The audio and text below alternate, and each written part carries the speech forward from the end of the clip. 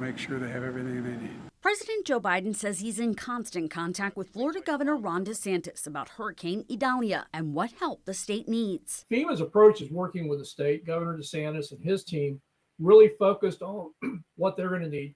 Florida has a lot of resources. Federal officials are waiting to see how much help will be needed, but President Biden has already approved an emergency disaster declaration for Florida. FEMA's National Response Coordination Center has also been fully activated to support any requests for federal assistance. The Coast Guard is also offering a helping hand. We moved some vessels down to Fort Myers Beach area to be staged to go respond during and immediately after the storm if we have any emergencies.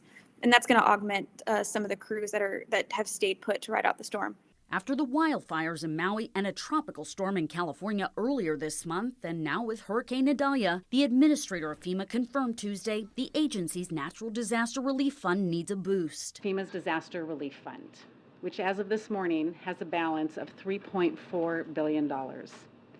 So today, I am directing the implementation of immediate needs funding. Criswell had warned Congress about reaching a budget shortfall by mid-August about 4 months ago, but both chambers are now in the middle of a summer recess. FEMA's administrator says the agency will prioritize the funds it has left for Idalia and the Maui fires, but that leaves a budget shortfall for the rest of the fiscal year. When Congress does return to Washington, FEMA will be asking for an additional $12 billion more to get through the fiscal year, and there appears to be bipartisan support to grant that request, although some House conservatives don't like the fact that the FEMA funding is attached to additional funding for Ukraine.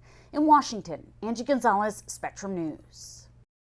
Thanks for watching our YouTube channel, and for more refreshing stories about your community, click the subscribe button right over here. You can also download our Spectrum News app to get live news coverage, weather alerts, and more wherever you are. And don't forget to tune in to Channel 55 on Dish and DirecTV for live local reporting every single day. We'll see you then.